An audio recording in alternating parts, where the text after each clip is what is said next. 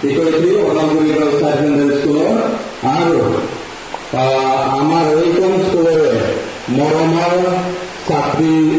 ছাত্ৰীসকল আৰু ইয়াৰ লগতে আজিৰ এইখন মঞ্চত উপবিষ্ট হোৱা আমাৰ NSS কেডেটসকল পোনপ্ৰথমে মই আপোনালোকক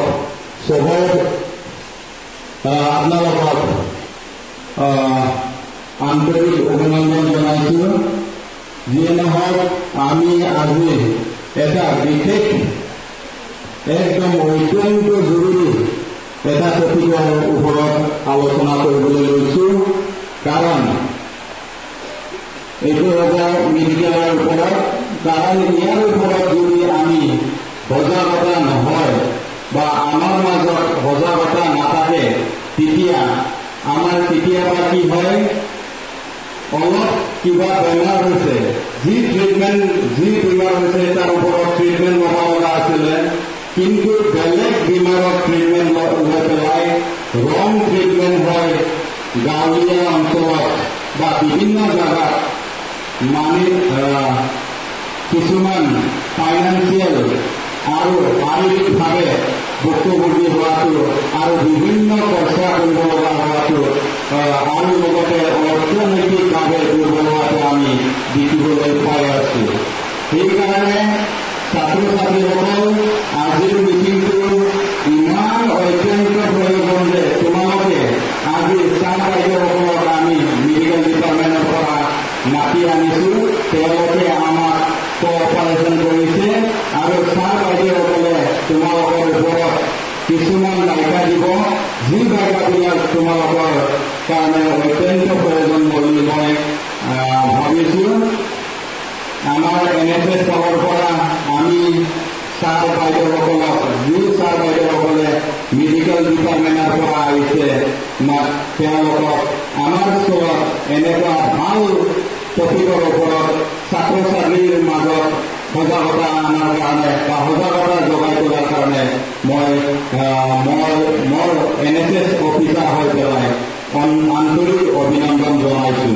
যিয়ে নহওক পোনপ্ৰথমে মই আমাৰ আলহীসকলক চিনাকি দাঙি কৰিবলৈ হাতত লৈছোঁ। আমাৰ আজিৰ এইখন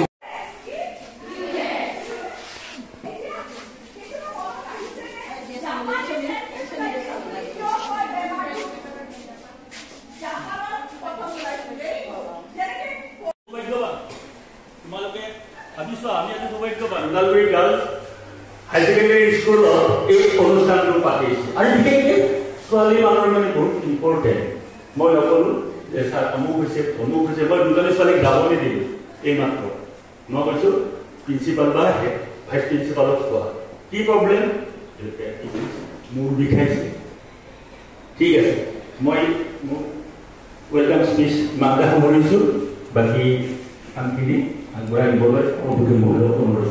কোভিডৰ বিষয়ে আমি সকলোৱে জ্ঞাত হৈছোঁ এতিয়া শুনি, হয়নে?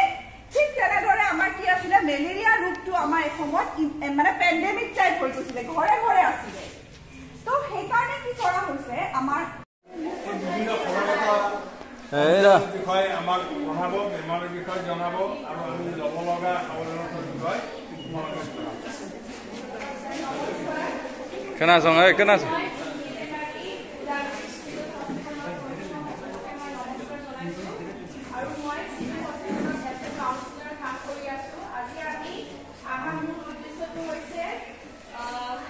observation of anti-malaria mask.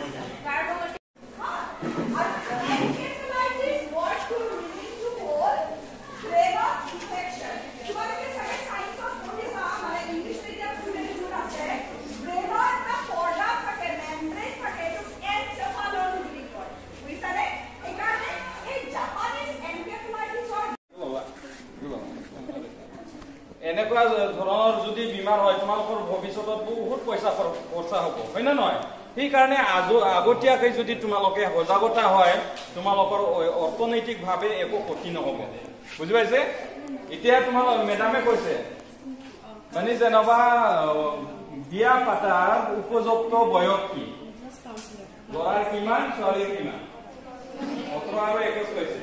18 আৰু 21 বছৰলৈকে বিয়া পাতিবনে মন হৈছে মই বিয়া পাতিম হা নাই এটো জাস্ট সরকারে বান্ধি দিয়া হে আমার ইউনিভার্সালি অ্যাকসেপ্ট হওয়া হে কিন্তু আমি কি কৰিব লাগে নিজকে মানে বিয়া পাতাৰ উপযুক্ত মানে বনাই লব লাগে আৰু UNRC United Nation Convention on the Rights of the Children ইয়াতে কি কোৱা হৈছে কিছু কবলৈ গলে 18 বছৰ মানে তলত ইয়াৰ ওপৰত হলেহে তোমালোকৰ কি এজন মানে এডাল বুলি ধৰি লোৱা হয় বুজি পাইছে ইয়াৰ পাছত আমাৰ এটো ইউএনআৰসি মতে 18 বছৰৰ তলত বিলাকক আমি কিছু বুলি ধৰি লোৱা হয় কিন্তু আমাৰ ইন্ডিয়াত কিছুমান এক আছে যেনে পক্সো এক আছে জেজে এক আছে ইন্ডিয়ান পেনেল কোড 1816 আছে 60 আছে বিভিন্ন ধৰণৰ এক আছে তাতেও মানে কিছু কাপোৱা হয় কবলৈ গলে 18 বছৰৰ তলত 18 বছৰৰ যদি তুমি 17 বছৰতে বিয়া পাতিব বিচাৰিছা তেতিয়া